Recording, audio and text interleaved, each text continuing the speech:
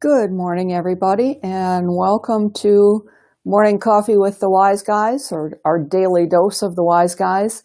Today we're going to talk about something really simple, but it's a question that we get asked all the time. We're going to talk about design walls and how to make a really simple design wall. I'm going to talk for just a second while we get a few people hopping on here. A design wall is really a nice thing to have in your sewing room. It allows you to take pieces and parts of quilts as you're building things, stick them to the wall, walk back, and view them from a distance. It really helps the thought process. But what that means when you're making a design wall is that you want it to be a fairly neutral color. That when you put those blocks up or pieces and parts of whatever you're working on, that the color of the wall doesn't distract from what you're doing. So up here in our filming area, we used a Stonehenge. This is a flannel in kind of a cream color. It's got a little bit of texture to it, but not anything that's really going to distract. And I did say flannel. You want to use a flannel fabric. Things stick to it much better. And of course, the one thing I didn't grab was something to stick to the wall. So I can just push it against the flannel and it'll stick right there. So all of my blocks, pieces, parts, all of those things will stick to the design wall. And if you have a really nice quality flannel, it's got a little bit more of a nap to it. So I can actually take a finished quilt or a finished table runner and stick it, and it will stay here with no pins. But the joy of the design wall that we're making, you can actually pin into it. So if you have something big, you can use pins to hold it up. So good quality flannel is what you want to cover your design wall with.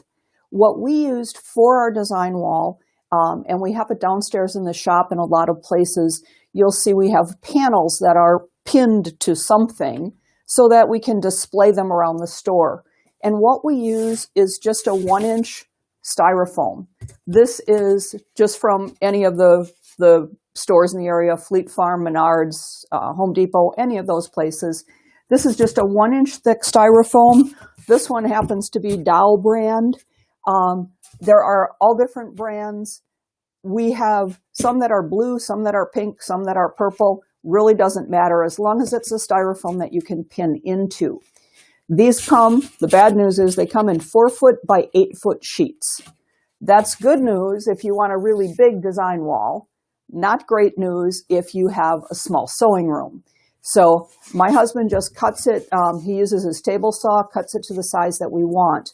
If you have room in your sewing room, the nice thing about a big sheet of this is you can push it off to the side. It doesn't have to be screwed to the wall. So if you have a big sheet, you can just slide it side to side. You can put it upright if you want to, and slide it out of the way when you need to. But if you have a large surface and you can attach it to the wall, that's great. But either way works. A lot of the different design walls, they say, oh, take a piece of quilt batting and just hang it over a rod on your wall. That's okay. The problem is that you don't get any stiffness to it. You can't pin heavy things to it. It just pulls. It doesn't hang the way that you want it to really visualize your quilt. So we've found that this foam board works wonderfully. The other thing is, I mentioned flannel. We had tried a couple different things. We used quilt batting, and a lot of things will say, oh yeah, just use quilt batting. It does work. Things do stick to it, but the problem is everything sticks to it. So we always had threads and fibers all over our walls. When you're dealing with quilt blocks and things, you've got little fabric frays, snipped thread ends. It all sticks to the flannel and your design wall looks pretty crummy pretty fast. Sticks to the batting, not flannel. Oh, I'm sorry. Thank you, Cheryl. It sticks to the batting, not the flannel. The flannel, very little sticks to it other than what you want to. And if it does get some little frays on it, you can just use a fabric roller and it'll pull those threads off, leave the flannel in place. If you use a thread roller like that on batting, all the fuzz from the batting sticks to the roller and it really doesn't clean up your design wall for you. So good quality flannel, inch of foam board, however big you want it to be. This is just a piece that is cut to size for our panels downstairs, but it's a good size for me to demo on. And I'm going to just show you what we did for the design wall. And I'm going to lay it here. Cheryl's going to just lower the camera a little bit for me so you can see what I'm doing here. I have my piece of fabric, and this is big enough to cover my board. And it was ironed nicely. Iron it to get your wrinkles out. And then you're going to take a few things you're used to. 505 spray. That way. That way. There we go. Okay. 505 spray. And I'm going to spray that right onto the board. And again, this has a little bit of overspray to it. Does have a little bit of a smell. So be sure you do it in an open and ventilated area. And then you're going to take your fabric, just lay it across the front. And I'm trying to, I've got my board here, trying to lay it fairly evenly across here. Okay. And this piece is a little bit bigger than I needed, but that's where I wanted to start. And again, the 505 spray, it works good. I'm gently smoothing it, but not pushing it to stick to get the wrinkles out. And then I'm going to go back and kind of pat it down. I want to be sure that I don't have any puckers. If I do, just lift it up a little bit and pat it back down. So this is a little easier and quicker to do when you're on a small foam board.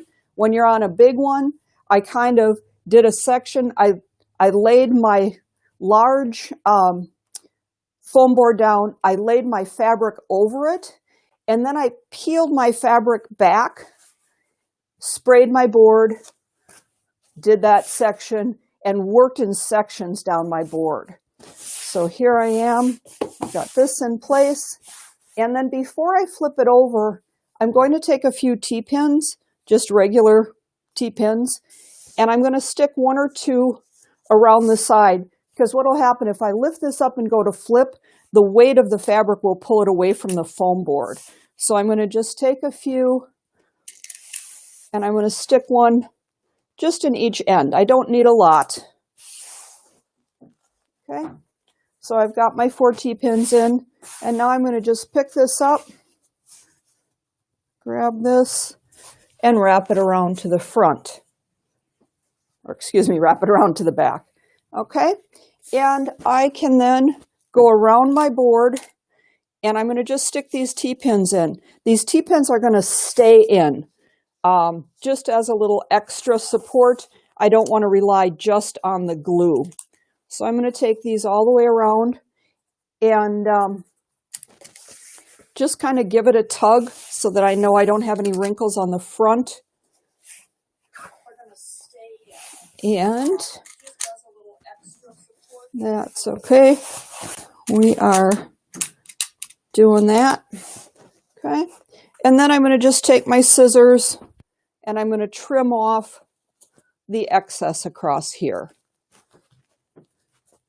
And I say trim, but if you watched my video the other week on large pieces of fabric, tearing is a little faster and it works just fine. Okay, and then I'm going to go across. I'm going to do the exact same thing on this side. I'm not going to make you watch me pin all of that.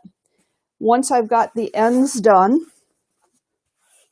length done, I'm going to again take this off of here. And then on this end, I'm going to just kind of fold my corner in and just kind of push it down.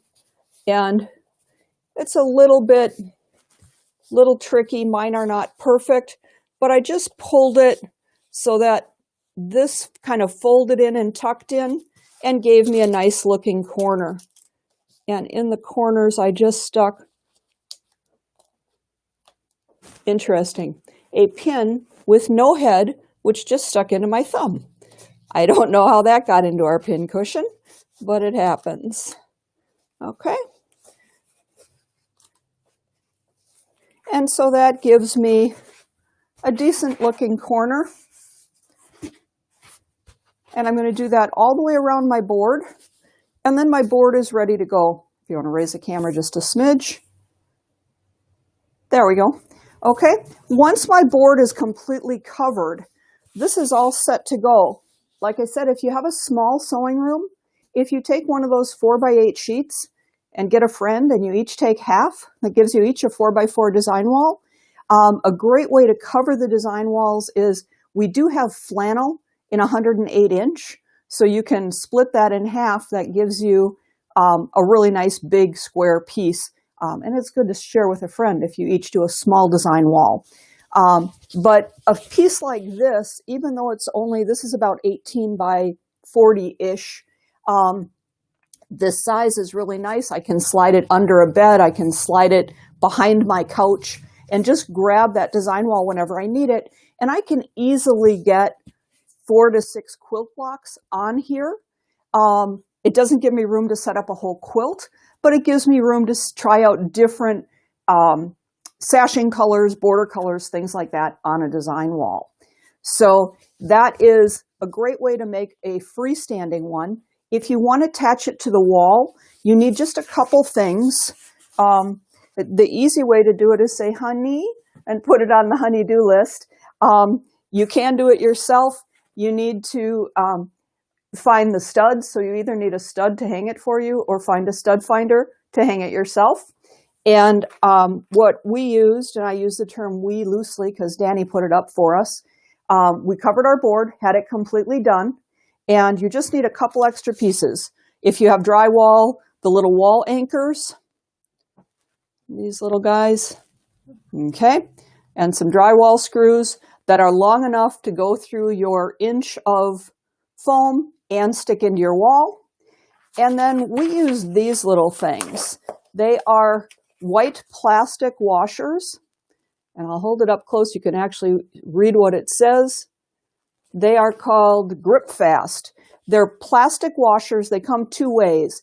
Either they have a kind of a plug on the end so they're not flat, or they have them with no plug. So it's just a flat, round, white washer. And you can kind of see them here on our board. So what this does is it keeps the screw from poking all the way through, pulling through the board. So the washer goes on, the screw goes on, and it goes into the anchor that's in the wall.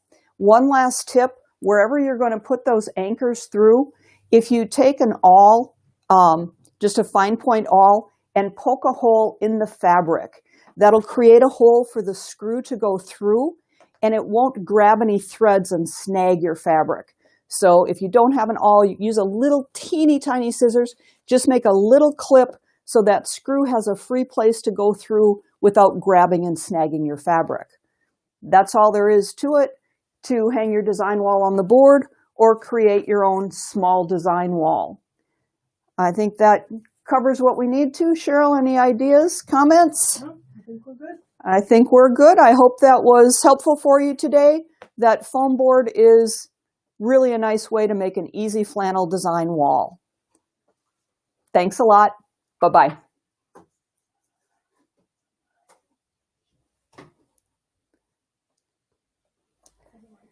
All right, you're going to see me walk around for just a second, and I'm going to turn myself off.